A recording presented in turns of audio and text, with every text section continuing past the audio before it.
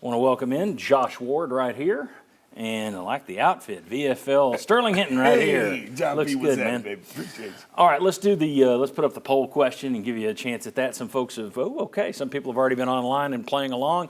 You see the QR code right there below the Hearthside Bank logo. Use your smartphone to play along with us, or go to sportsource.tv/polls, and you can play that way. But the question is, will Tennessee win at Georgia? And here are your options. Yes, UT is better. Yes, if Nico plays. Not after Georgia lost, or no, Georgia is better. So a couple of positive, a couple of negative. Let us know what you think. Looks like right now, not after Georgia lost is the leader. So that Ole Miss loss is going to wake up the dogs. So go ahead, tell us what you think, and watch those little orange lines move on the screen. All right. This whole season, I don't know if we've ever thrown out anybody but this one guy. Yeah. Best player on the field, Sterling Hinton. Dylan Sampson. I mean, the guy is actually stepping up to the task, man. I mean, and once again, I brought it up last week. His blitz pickup has just been incredible. I mean, it was one time he was on the opposite side of the quarterback, ran across after the ball was snapped to get a blitz and strong safety. And his blitz pickup has just been incredible. The way he's running the ball, oh my goodness. Yeah. Career record yesterday with 149 yards. Yep. Let me put up some stats here and show this to folks. If we've got them, just the numbers he's piling up for the year. You see the number of carries there. He's already at 201 carries on the season through 9 games.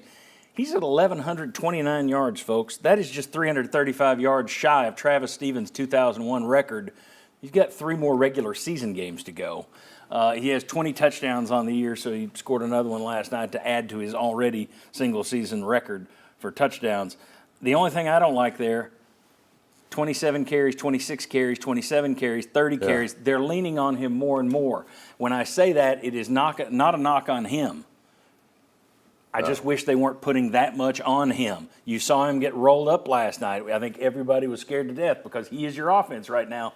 It would be really nice if they felt that they could put Peyton Lewis in more, that they felt Cam Seldon could get on the field anytime but garbage time. Yep.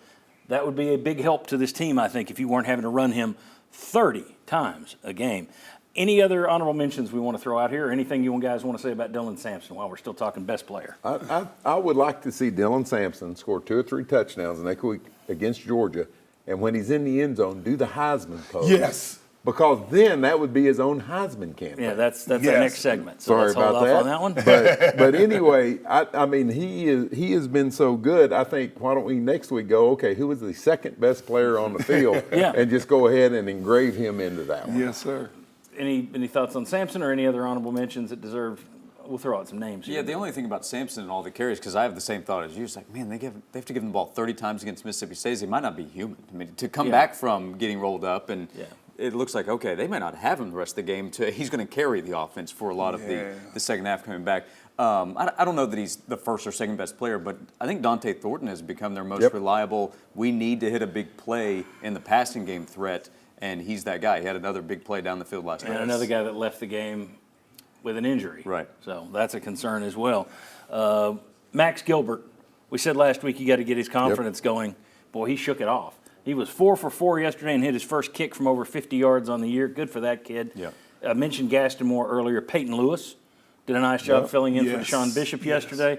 Boo Carter made a lot of plays last night. Looks like you might have a premium punt returner in Boo Carter. Yes, sir. His confidence through the roof. That one that jumped, he jumped the pick down. I mean, that made people nervous, but I like, because I'd rather coach him back, coach a dog back, than put the dog in him, coach him up. I like that Boo Carter, brother. Yeah, he can make a play on the ball. He can make plays in open field space on defense. And with the ball in his hands, fans have wanted to see it. Now fans are going to start asking for some packages on offense. Maybe he's the answer to get a few carries away from Dylan. That's actually good if it take a couple away from him.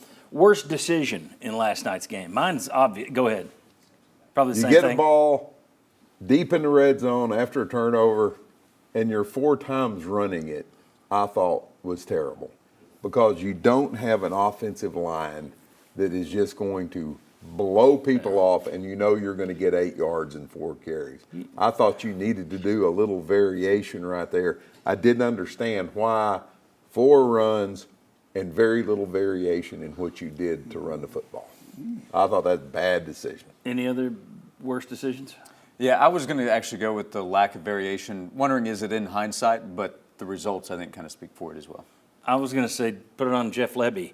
You get to the end of the half, you get the ball back, you throw twice, your player runs out of bounds. You're just giving Tennessee points. Just Yes. get to the half. What are you doing? That's He where I wound up was giving going. Tennessee 3 points. Didn't matter in the grand scheme of things, but I just thought that's not a smart play They for a gave you guy. some in this- momentum going in at halftime. for a guy who knows the veer and shoot system, I'm like, you should know better than to do this. Biggest disappointment last night. I mean, obviously, I think injuries are going to be up there with Nico, whatever that is, Dante Thornton, whatever that is.